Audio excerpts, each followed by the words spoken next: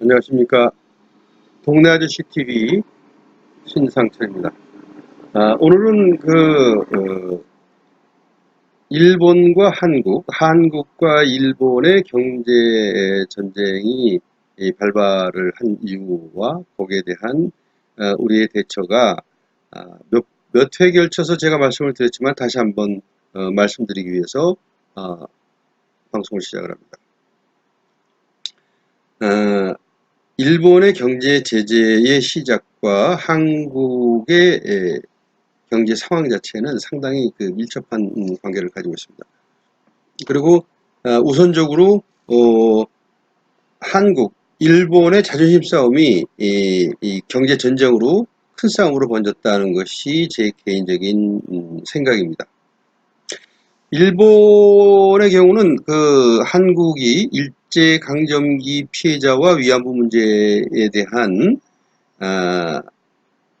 처리를 명확하게 하지 않음으로써 일본에서 신뢰가 떨어졌다. 한국에 대한 신뢰가 떨어졌으니까 화이트리스트에서 한국을 제외시키고 경제 제재를 시작한다는 것이 그들의 생각입니다. 이것은 문재인 아베 정부는 평화 정부에서 일반 전쟁이 가능한 정부로 변화시키기 위한 야욕의 일환으로 이루어진 것이라고 생각을 합니다. 지금 현재 일본은 평화군만 가지고 있고 군대라는 것 조직 자체가 없습니다. 자위대만 가지고 있을 뿐이고 그러면서 아베 입장에서는 일반 국가로서 전환을 시켜서 해외 침략의 야욕도 가질 수 있게끔 전환을 하려고 그런 생각을 가지고 있습니다. 그렇다면은 이것이 일반 국민에게 상당히 우익적인 사고를 가질 수 있도록 전환시켜야 되는 것인데 가장 쉽게 우익으로 전환할 수 있게끔 여론몰이를 할 수 있는 과정이 한국에 대한 경계심입니다. 그래서 한국을 자극하고 또 아베로서는 정치적인 입지를 완수하려는 야욕에서 시작된 것으로 저는 판단하고 있습니다. 그렇다면은 일본 경제 제재가 세계 경제에 어떤 영향을 미치고 또 한국 경제에는 어떠한 영향을 미칠 것인지를 간단하게 생각을 해본다면 우선 한국의 삼성전자와 SK 하이닉스가 큰 손해를 볼 것이라는 것이 자명한 이치죠. 그러면은 삼성전자와 하이닉스의 손해는 한국 정부의 손해가 될 것이고 또 한국 정부는 이로 인해서 상당한 경제 위축이 올 것이라는 것은 자명한 사실입니다. 이러한 손해가 우리나라가 감수하면서 대립해야 될까 하는 것이 저의 생각입니다. 왜냐하면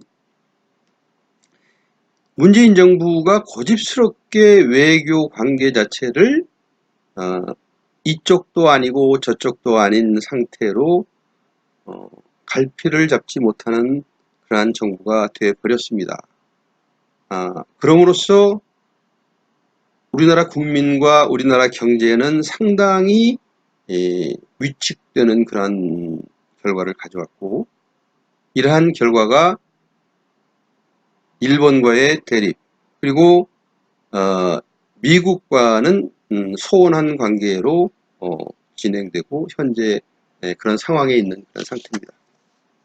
그렇다면 일본에서는 경제적인 손해가 없을 것이냐? 그렇지 않습니다. 일본에서도 큰 손해가 예상이 되고 아베 입장에서는 투사적인 이미지를 가지고 선거에 임하고 선거에 승리를 한다면 아베가 원하는 평화정부에서 일반정부로 전환을 할 개헌을 하려는 야욕을 가지고 지금 현재의 한국과 대립각을 세우고 있다는 것이 제 생각입니다. 자, 그렇다면 미국의 입장에서는 미국에서 현재 일본의 경제 제재가 삼성전자의 투자금, 미국에서는 그것을 생각을 하고 있습니다. 미국은 경제적인 안목을 가지고 현 상황을 주시를 하고 또 한국과 일본이 대립하는 관계에서는 삼성전자의 133조 시스템 반도체에 투자하는 것 자체가 미국에서는 항상 먹잇감으로 생각을 하는 것이죠. 몇 번 제가 방송에서 말씀을 하셨지만 미국에서는 이러한 133조 투자 중에서 60% 이상을 미국으로 가져오기 위해서 G20 대표 회담 끝나고 바로 우리나라에 넘어와서 삼성전자의 이건희를 비롯한 5대 재벌들을 만났고 또 김정은을 만나고 미국에 갔습니다. 자, 이런 상황을 잘 보면 미국은 어부지리를 얻을 수 있는 가능성이 상당히 많겠구나 하는 생각에 현재의 한일 대립 관계를 주시하고 있습니다. 만일 이렇게 일본에서의 경제 제재가 심화가 되고 장기화된다면 틀림없이 삼성전자에 투자하는 한국 정부보다는 미국 내에 투자하는 것이 훨씬 더 이롭다고 판단을 하고 거기에 투자를 할 가능성이 상당히 많이 있다는 것이 제 생각입니다. 그런 상황이 된다면 우리나라에서는 아무런 이득이 없는 것입니다. 자, 삼성전자의 투자가 결실을 맺어서 열매를 따먹으려는 그러한 순간이 된다면 지금 한일 대립관계에서 손실 보는 것 그거보다는 수백 배, 수천 배가 될 것입니다. 이러한 미래를 생각한다면 문재인 정부에서는 삼성전자와 SK 하이닉스의 투자금 자체를 국내에 유치하기 위해서 더 이상 한일의 대립관계는 마무리 지어야 된다는 것이 제 개인적인 생각입니다. 여러분, 지금 현재 삼성전자의 외형으로 지금 우리나라 재정의 20-30%를 충당을 하고 있습니다. 그렇다면 앞으로 133조를 투자한 삼성전자가 거의 우리나라 국민들을 먹여 살릴 가능성이 많이 있다고 저는 판단하는 것입니다. 여러분, 물론 한 기업의 경제력을 집중시켜주는 것은 상당히 위험하고 또 그에 따라서 대상 기업이 배신할 경우에는 정부에 커다란 위험이 닥친다는 것은 명확한 사실입니다. 하지만 지금 현재로서는 제 생각에는 대안이 없는 전쟁을 하고 있고 또 문재인 정부에서는 과연 이러한 대립각 자체를 언제까지 이끌고 갈 것인지가 상당히 문제입니다. 국민 여러분, 지금 현재로서는 한일의 대립각보다는 양호한 협조 관계가 필요하다고 생각을 합니다. 생각해 보십시오. 우리나라의 발전은 우리나라 스스로 잘해서 경제 발전이 이루어진 것은 거의 없습니다. 우리나라는 미국의 도움이 있어서 발전을 했고 또 일본의 기술적인 도움과 경제적인 도움이 없이는 절대 발전할 수가 없는 우리나라의 현실이었습니다. 그런데 우리나라가 지금 현재 상당히 발전을 하고 또 경제 규모가 커졌다 해서 대미와 대일의 관계가 소원하다면 결코 우리나라는 발전을 할 수가 없습니다. 국민 여러분, 이런 상태에서 문재인 정부에서는 대일 관계에 매듭을 풀고 또 미국과의 관계를 돈독히 함으로써 우리나라가 발전할 수 있는 것입니다.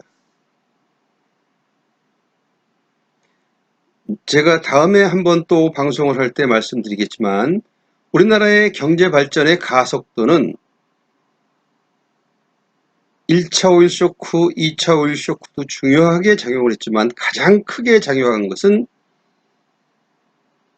우리나라가 1997년 IMF에 들어가고 또 IMF에 나오면서 우리나라가 비약적인 발전을 한 것을 알 수 있을 것입니다. 우리나라의 발전은 IMF 이후에 급속도로 발전을 했고 또 거기에 따른 외국인의 투자가 엄청나게 들어왔기 때문에 발전을 한 것입니다. 우리 국내 자본만 가지고 절대 이렇게 급속도로 발전할 수는 없는 것입니다.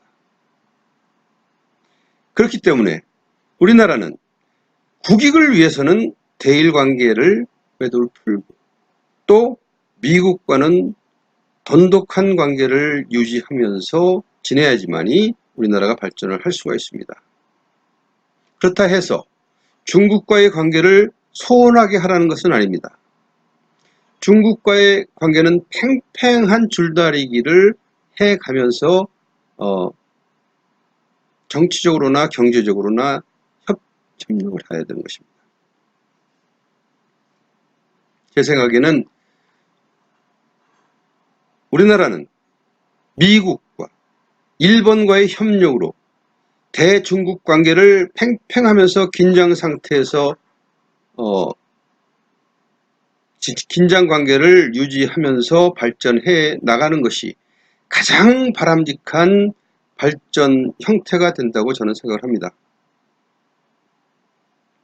지금의 관계는 빨리 청산을 하고 문재인 정부에서는 대일 관계를 매듭을 풀고 지금은 강경하게 얘기를 하지만 빨리 돈독한 관계를 유지하도록 손을 써서 국가의 자존심도 세우고 국가의 위신 자체가 떨어지지 않게 그리고 미국과의 관계에서도 국가의 위신이 떨어지지 않게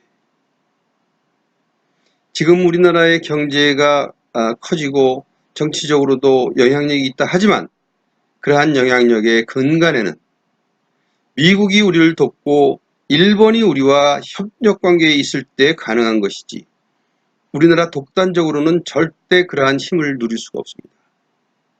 여러분, 문재인 정부가 빨리 정신을 차리고 외교적으로나 경제적으로 대일, 대미 관계를 돈독히 할 수 있도록 우리 국민들이 두 손 모아 돌아줍시다. 제가 말씀드리고 싶은 것은 우리 국민들께서 빨리 깨어나 문재인 정부가 정상적으로 정치를 하고 경제를 관할할 수 있도록 그렇게 해주십사 하는 것이 제 부탁입니다. 7월 16일 방송 이것으로 끝맺고 여러분께서 구독과 좋아요 버튼을 꼭 눌러주시면 감사하겠습니다. 감사합니다. 저는 동네 아저씨 신상철이었습니다.